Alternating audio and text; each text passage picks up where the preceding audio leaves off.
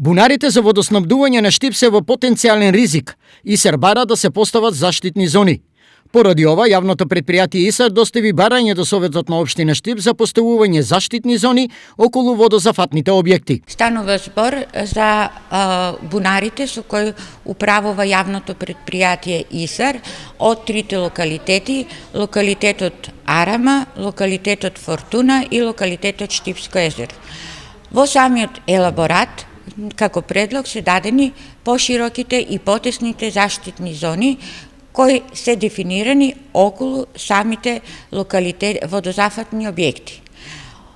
Површината на самите заштитни зони и дефинирањето на потесна и поширока заштитна зона е во надлежност на ресорните министерства. Иако елаборатот за заштитни зони е направен согласно законските прописи, но дали постоечките заштитни зони остануваат или ќе се дислоцираат, ќе каже владата. Откако владата на Република Северна Македонија ќе ја донесе одлуката, истата повторно ќе биде доставена до Советот на општина Штип.